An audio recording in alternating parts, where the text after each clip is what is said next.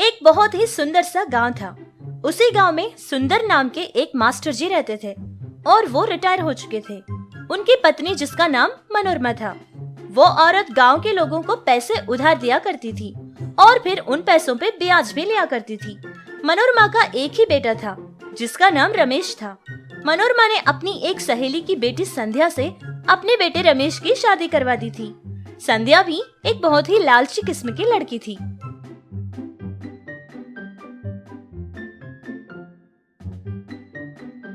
अरे लक्ष्मी, तुम यहाँ कैसे भाई? रास्ता भटक गई हो क्या? अरे भाभी जी, आपकी मजाक करने की आदत तो अभी गई नहीं है। वो बात ये है कि मुझे 2 लाख रुपए का कर्जा चाहिए।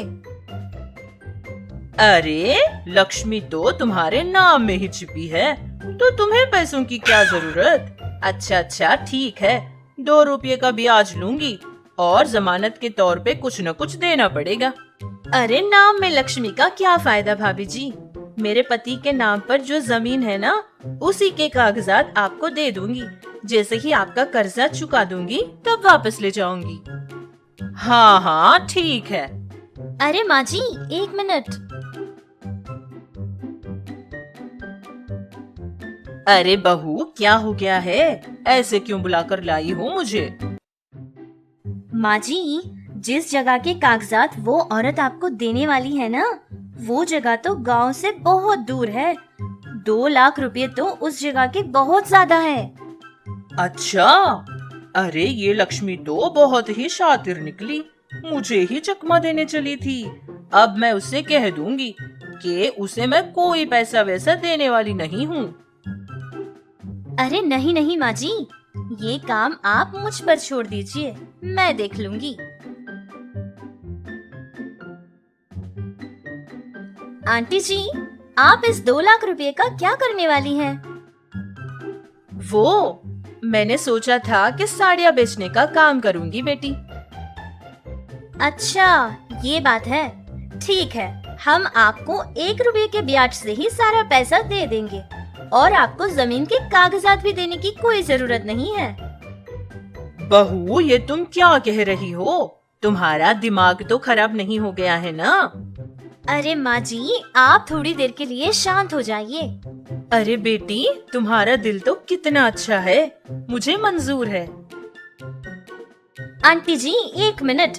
आप जितनी भी साड़ियाँ बेचेंगी ना, वो सारे ही हमारे घर पर रखकर बेचेंगी और जितना भी फायदा आपको मिलेगा उसमें से 30% आपको हमें देना पड़ेगा और ये सब तब तक चलता रहेगा जब तक आपका कर्जा चूक न जाए। अब बताइए, मंजूर? संध्या की बातें सुनकर लक्ष्मी को झटका लगा था, लेकिन थोड़ी देर सोचने के बाद उसने संध्या की रखी शर्त को मान ली थी और फिर पैसे लेकर वहाँ से चली गई थी। अपनी बहू संध्या की चतुराई को देखकर मनोरमा बहुत खुश हो गई थी। इस तरह उनका ब्याज देने वाला धंधा बहुत ही अच्छा चलने लगा। सारे फायदे उन लोगों ने बहुत ही संभाल कर रखे थे।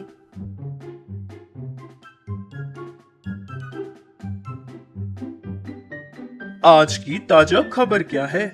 क्या एक बाइक खरीदने पर 20 लीटर का पेट्रोल फ्री?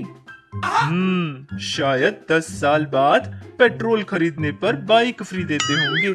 अरे ये क्या, एक शॉपिंग मॉल में ऑफर रखा गया है, एक ब्लाउज खरीदने पर साड़ी फ्री। अरे यार, ये लोग तो औरतों के वीकनेस के साथ व्यापार कर रहे हैं।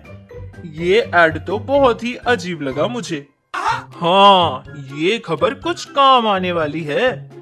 दुबई में पहली बार हुआ सोने का दाम बहुत ही कम।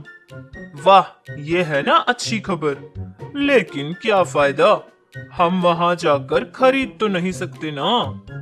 ये खबर सुनकर मनोरमा और उसकी बहू संध्या दोनों ही सोच में पड़ जाती हैं कि इतने कम दाम में इतना ज्यादा सोना मिलेगा, ये मौका बार बार नहीं मिलेगा। लेकिन वहाँ जाकर इतना सोना खरीदकर वो इंडिया कैसे ला सकती हैं, ये सोचने लगी। बहू, तुम्हें पता है मेरी आखिरी ख्वाहिश क्या है? कि मेरा पूरा बदन गहनों से भर जाए और फिर मैं उन सारे गहनों के साथ एक फोटो निकालूं। हाँ माँ जी, वैसे मेरी भी यही इच्छा है कि मैं आपको ढेर सारे गहनों के साथ देखूं। क्या? इसका मतलब तुम्हें गहने नहीं चाहिए? अरे माँ जी, कितनी भोली हैं आप। आपके बाद वो सारे गहने मेरे ही तो हो जाएंगे ना, तो मुझे खरीदने की क्या जरूरत। हाँ, कितनी चतुर हो तुम। तुमने साबित कर दिया है कि तुम मेरी बहू हो। लेकिन हमारा सपना पूरा कैसे होगा?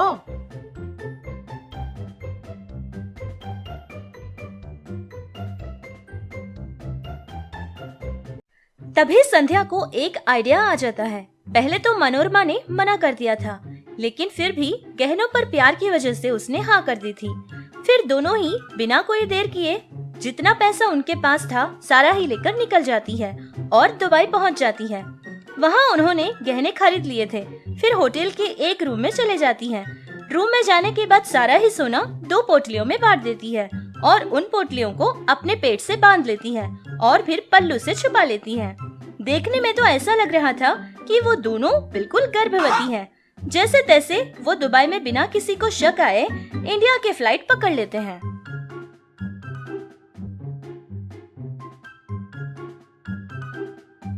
भगवान का लाख लाख शुक्र है कि हमने जैसे तैसे इंडिया की फ्लाइट पकड़ ही ली। अब भगवान की कृपा से इंडिया में भी बच जाए तो हमारे गांव में हमसे ज्यादा गहने किसी के पास नहीं होंगे।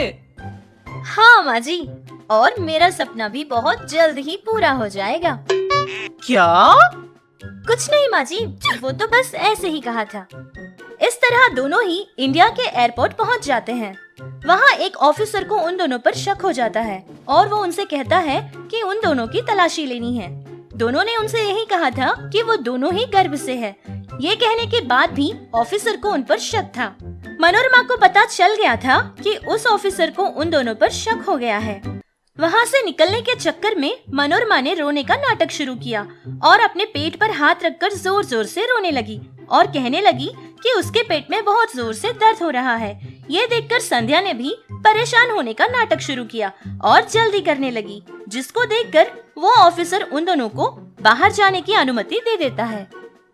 संध्या, मुझे बहुत ही दर्द हो रहा है। ये दर्द मैं सह नहीं पा रही हूँ। कैसे भी करके मुझे अस्पताल पहुँचाओ। मैं चाहे मर भी क्यों न जाऊँ, लेकिन मेरे बच्चे को कुछ नहीं होना चाहिए। वो सारी बातें सुनकर उस ऑफिसर का दिल पिघल जाता है। फिर वो फौरन ही एयरपोर्ट में अनाउंसमेंट करवाता है कि अगर वहाँ कोई डॉक्टर है तो फौरन ही वहाँ पहुँच जाए। इसके कुछ ही मिनटों बाद वहाँ एक डॉक्टर पहुँच जाता है और मनोरमा की जांच करता है। फिर सारी ही बात उस ऑफिसर को बता देता है। ये बात जानने के बाद वो ऑफिसर उन दोनों को गिरफ्तार कर लेता है और जितना भी सोना उनके पास था वो सारा ही सीज कर लेता है। ये सब कुछ होने के बाद मनोरमा और संध्या ने उस ऑफिसर को असली बात बता दी थी और उनसे माफी मांगने लगी। दोनों ने ही उस ऑफिसर के आगे हाथ जोड़ दिए थे और उसके पैर भी पकड़ने वाले थे। बहुत देर बाद उस ऑफिसर ने उन दोनों को छोड़ दिया था। दोनों सास और बहू जान बची लाखों पाए समझकर वहाँ से भाग निकली। सब कुछ ठीक चल रहा था। 4 कदम और डाल लेते तो एयरपोर्ट से बाहर भी निकल जाते, लेकिन आपके ओवर एक्टिंग की वजह से सब कुछ बर्बाद हो गया। अरे मौजी, आपको तो अकल नाम की कोई चीज ही नहीं है। जितना पैसा था सब गया हाथ से और सारे के सारे गहने भी। मेरा सपना तो सपना ही रह गया। हे भगवान, मेरी सारी मेहनत की कमाई बर्बाद हो गई। अब मैं क्या करूं?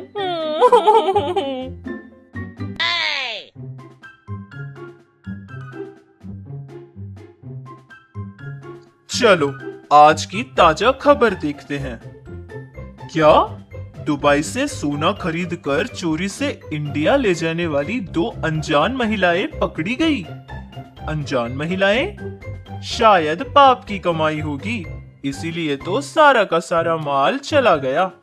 अगर इंसाफ से कमाया होता तो उनकी कमाई कहीं नहीं जाती। इसीलिए कहते हैं ना कि ज्यादा गुस्सा करने वाला मर्द और ज्यादा लालच करने वाली औरत कभी सुखी नहीं रह पाएंगे। चलो, जो हुआ उनके साथ अच्छा ही हुआ। हा हा हा हा।